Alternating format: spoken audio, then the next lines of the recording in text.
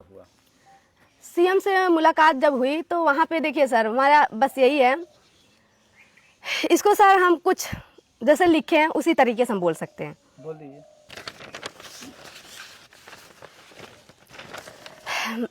मैं और मेरा परिवार 30 मई 2026 को न्याय मांगने माननीय मुख्यमंत्री योगी आदित्यनाथ जी के पास गए थे। हमें भदोही के सांसद डॉक्टर विनोद वहां पर लिवा के गए थे। माननीय मुख्यमंत्री योगी आदित्यनाथ जी से मिलने के दौरान माहौल बहुत भावुक और तनावपूर्ण था। हम बेहद दुखित थे और अपनी बात पूरी तरह समझ नहीं पाए, जिसकी वजह से कुछ गलतफहमियां और तीखी बातें हुईं। लेकिन हमारा मकसद किसी से उलझना नहीं था, बल्कि अपने भाई को न्याय दिलाना है। सबसे पहले मैं अपनी कुछ बातें यहाँ पर रखना चाहती हूँ, जो मुझे माननीय मुख्यमंत्री के सामने रखनी चाहिए थी, लेकिन मैं रख नहीं पाई। पहली बात, हम किसी राजनीतिक में नहीं पड़ना चाहते हैं। हमारा किसी राजनीतिक दल से कोई लेना देना नहीं है। हम सिर्फ एक पीड़ित परिवार हैं जिसने अपना बेटा, अपना भाई खोया है। जब घर में इतनी बड़ी त्रासदी होती है तो जो भी व्यक्ति हमारे दुख में शामिल होने आता है, हम उसका स्वागत करते हैं। दुख की घड़ी में हाथ थामने वाले हर व्यक्ति के प्रति हम आभारी हैं, लेकिन इसका मतलब यह नहीं है कि हम राजनीति कर रहे हैं। हमारे भाई की जान किसी पार्टी के लिए राजनीतिक मुद्दा हो सकती है, लेकिन हमारे लिए यह न्याय और जीवन मरण का सवाल है। जबकि पीड़ित व्यक्ति को कहीं से मदद की उम्मीद नहीं दिखती, तो वह उस दरवाजे पर जाता है जहां उसे न्याय की उम्मीद होती है। नेता, मंत्री, विधायक से मिलना एक तरह से मेरी मजबूरी थी, राजनीति नहीं। दूसरी बात, महोदय, यह कार्यालय और यह कुर्सी किसी एक जाति की नहीं, बल्कि भारत के संविधान की है। एक मुख्यमंत्री या प्रशासनिक अधिकारी के रूप में आपकी शपथ सबको सम्मान न्याय देने की है, ना कि किसी की जाति देखकर न्याय तय करने की है। कानून और संविधान मुझे यहाँ आने का पूरा अधिकार देते हैं और मैं अपनी जाति के कारण न्याय के अधिकार से पीछे नहीं हटूंगी। तीखी बात क्या हो गई थी वहाँ पर? सर पूरी बात रखने दीजिए। लोकतंत्र में अपनी बात रखना और न्याय की गुहार लगाना हर नागरिक का मौलिक अधिकार है। यदि देश के नागरिक की बात सुने बिना ही उस पर इस तरह चिल्लाया जाए तो पीड़ित न्याय की उम्मीद किससे करेगा? तीसरी बात, महोदय, किसी भी मंत्री या बाहरी व्यक्ति द्वारा इस जघन्य अपराध को प्रेम प्रसंग का नाम देकर दबाया नहीं जा सकता। यहाँ पीड़ित का ध्यान भटकाने और मामले को हल्का करने के लिए चरित्र हनन की पूरी और बेहद आपत्तिजनक कोशिश है। किसी भी मामले को बिना जांच के प्रेम प्रसंग का पूर्ण रूप से दे देना न्याय संगत नहीं है। चौथी बात, महोदय, कोई भी बहन या परिवार का सदस्य अपने ही भाई के गुनहगार को कभी नहीं बचाएगा। एक पीड़ित का दर्द और उसके आंसू कोई नौटंकी नहीं होते हैं, वह उसका न्याय के लिए चित्तकार है। यदि आपको लगता है कि मैं किसी अपराधी को बचा रही हूं, तो आप इसकी निष्पक्ष स्वतंत्र जांच सीबीआई या कोर्ट की निगरानी में जांच करवा लीजिए। सच अपने आप सामने आ जाएगा कि असली अपराधी कौन है और किसे बचाया जा रहा है। पांचवी बात, महोदय, मेरा उद्देश्य किसी निर्दोष को सजा दिलाना नहीं है। मैं केवल उस व्यक्ति का नाम ले रही हूं जिसने मेरे भाई की हत्या की है। कानून के सामने किसी भी अपराधियों का नाम लेना मेरा अधिकार है और मैं केवल न्याय की गुहार लगा रही हूं। महोदय, मैं कानून को मानने वाली एक देश की एक जिम्मेदार नागरिक हूं। मैं यहाँ अपराध करने नहीं बल्कि अपने साथ हुए अपराध के खिलाफ न्याय मांगने आई हूँ। मुझे अपराधी बनने की सलाह देना कानून का अपमान है।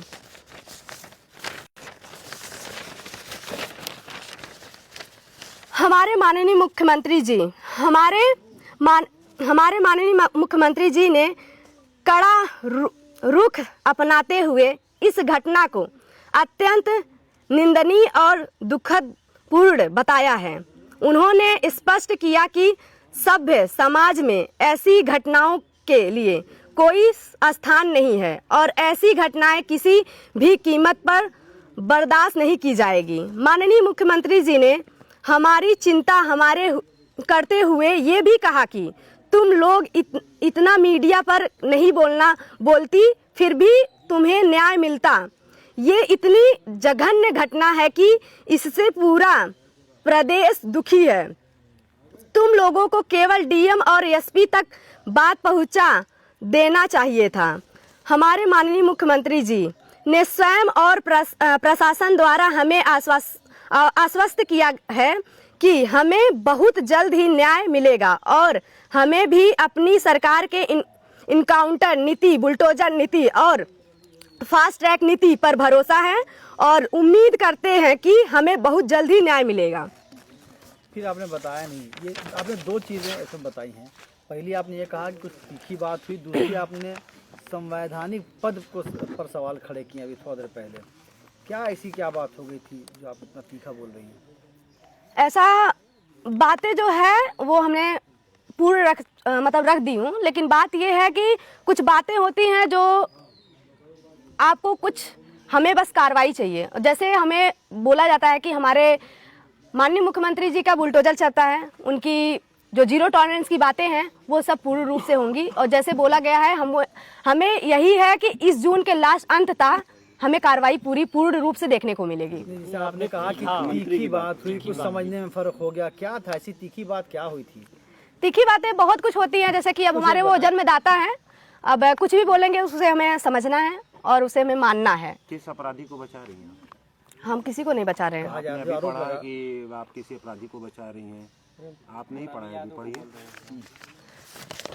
ऐसा कहा गया ना? नहीं, उसमें कहा ना आपने कि अपराधी को बचा रही हो, तो किस अपराधी को बचाया गया? कौन से मामले में? इन्होंने बोला कि निर्दोष किसी के। नहीं निर्दोष। हाँ, जैसे कि अगर कोई कह रहा है कि अपराधी को बचाया जा रहा है, ठीक है, तो उस पे हम यही चाहते हैं कि कौन कह रहा है?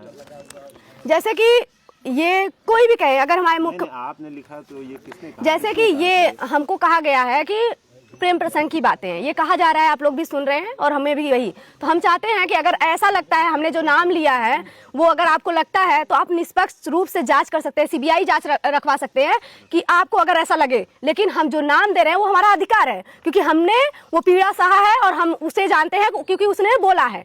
तो वो आपके तरीके से अब किस तरह वो जांच होना चाहिए, किस तरह मुझे न्याय मिला, बस मुझे ये है अंततः जैसे रवि यादव का हुआ है सेम अंततः प्रदीप बिंद और भोले राजभर का होना चाहिए। सवाल फिर भी वही है, अभी आपने उसमें फिर से पढ़ा है कि आपके ऊपर आरोप लग रहा है कि आप भी किसी को बचा रही हैं, या तो कौन है वो लोग जिनको बचा रही हैं, या ऐसा किसने आपसे ये कह दिया? हम किसी को नहीं बचा रहे हैं। ऐसा कौन है? अगर आपको लगता है ऐसा कोई है तो बताइए, हम किसको बचा रहे हैं। पढ़ा तो आप ही नहीं। अच्छा, जाति को लेकर के क्या बात हो गई? जिसमें आपने जिक्र किया है कि जाति के हैं, संवैधानिक पद पे है, ऐसा क्या कुछ हो? ये देखिए कुछ बातें जैसे कि हमारी वहाँ पे मुद्दे रखे गए तो वहाँ पे कुछ बातें आई कि जो हमारे मुख्यमंत्री आदित्यनाथ योगी जी को नहीं बोलना चाहिए था। हालांकि वो गुस्से में रहे होंगे, उन्होंने हमको उस तरीके से डांटा जिस तरीके से उनको नहीं डांटना चाहिए था और उन्होंने डांटा, लेकिन हम उसको स्वीकार करते हैं कि भाई क्या पता हमने भी ज़्यादा मीडियाबाजी की, उनको नहीं अच्छा लगा हो ज़्यादा, लेकिन हमको इतना है कि मीडिया ही हमारा सहयोग की है। हमें जो लगता है क्या पता उनको वो ना लगता हो, वो सोचे होंगे कि अगर यही थोड़ा शांतपूर्वक रहा होता तो अब तक कार्रवाई हो गई होती। मतलब मुख्यमंत्री जी ने आपको फटकार लगाई थी? हाँ, हमें फटकार लगाई थी। उन्होंने कहा कि डीएम और एसपी तक ये बात पहुंचा दी होती तो कार्रवाई हो जाती। आपको मीडियाबाजी करने की क्या जरूरत है? पहुंचाई थी डीएम एसपी के पास? हाँ। कार्रवाई हुई? नहीं, अभी तो नहीं हुई है, लेकिन ये है जिस तरह हमको आश्वासन अभी कल दिया गया है शाम को, कार्रवाई हमको 6 जून के लास्ट अंत में चाहिए। 6 जून सॉरी, ये जून के लास्ट तक हमको चाहिए, हर हाल में चाहिए। और जैसे कहा गया, जिस तरह आश्वस्त किया गया है, जिस तरह उन्होंने बोला है कि कार्रवाई होगी, तो होनी चाहिए कार्रवाई। आप बहुत बार संतुष्ट हो गई हैं, फिर आप अग्रेसिव हो जाती हैं। इसके पहले भी आप संतुष्ट हुई थी जब कई लोग आपको मनाने आए थे। कब सर? पुलिस अधीक्षक सर अब बताइए, यही बात सुनिए। सब हमारे साथ राजनीति तो कर, यहाँ पे आने के बाद ऐसे हमको आश्वस्त करके जाते हैं कोई अपराधी बचेगा नहीं, लेकिन कार्रवाई हो रही है? नहीं हो रही है। तो हमें, अगर आप जो यहाँ पे कोई भी कह रहा है, कोई कह रहा है कि रवि यादव निर्दोष था, कौन कहने वाला, ये सोचना चाहिए ना, इतना अपराध करने के बाद वो मरा क्यों निर्दोष था? वो मेरे भाई का अपराधी था, इसलिए गया है। और जो मेरे भाई का अपराधी बाकी भोले राजभर है, प्रदीप बिंद है, ये लोग नहीं बचने चाहिए। हमारा बस यही गुहार है। सवाल, आप कप्तान से मिल करके आए थे, हमने बाहर कहा था कि मैं संतुष्ट हूँ, अब कार्रवाई हो जाएगी। कप्तान से मिल के आए? आर्मी साथ आप गई थी ना? आपसे जब पूछा गया तो आपने कहा कि हम संतुष्ट हैं, कप्तान से मिलने के बाद आश्वासन दिया है कार्रवाई होगी। सर संतुष्ट का मतलब ये नहीं कि एकदम संतुष्ट हो गए हैं। मुझे अभी मेरे जान पे पूरा ये समझिए संदेह नहीं है कि मुझे मेरे जान से डर नहीं है। ये है कि अगर वो छूटेंगे तो मुझे मार देंगे, और वो डर मुझे ही नहीं मारेंगे, मेरी पूरी फैमिली को वो लोग खत्म कर देंगे। बस वही डर है। और मैं ये नहीं चाहती हूँ कि आप बस हमसे कहें कि कार्रवाई होगी, कार्रवाई होगी, आश्वासन पे आश्वासन। हमें आश्वासन नहीं, अब कार्रवाई चाहिए। 2 दिन पहले डीएम के यहाँ गई थी। मुख्यमंत्री से मिलने के बाद आपका अनुभव कैसा रहा, थोड़ा संक्षेप में बताइए। लगा कि हाँ सब कुछ ठीक है, या आप असंतुष्ट वहाँ भी रहीं? वहाँ पे जाने के बाद मैं एकदम समझ लीजिए टूट चुकी थी। इस तरह टूट चुकी थी कि मैं उसे व्यक्त नहीं कर सकती हूँ। मुझे लगा था कि मेरा सब जगह से रास्ता बंद हो चुका है, अब मैं क्या करूँगी। लेकिन फिर मैंने सोचा कि क्या पता इस डांट में भी एक कुछ हो। जैसे उन्होंने कहा है कि कार्रवाई होती है, मुझे अभी भी वो अब लग रहा है कि समझ लीजिए उसको हम पिता मान के चलते हैं कि हाँ उन्होंने हमको डांटा, और क्या पता हमने भी ज़्यादा कर दिया हो, कोई गलती मैंने की हो, उसके लिए हमको डांटा गया हो। बस अब यही है कि देखिए मुझे इंसाफ वही देंगे, हमारे प्रशासन और हमारी सरकार। अब यही गुहार है, जैसे हमारे मुख्यमंत्री आदित्यनाथ योगी जी बोलते हैं कि बुलडोजर चलता है, बुलडोजर चलना चाहिए, जल्द से जल्द चलना चाहिए, जबकि हो चुका है।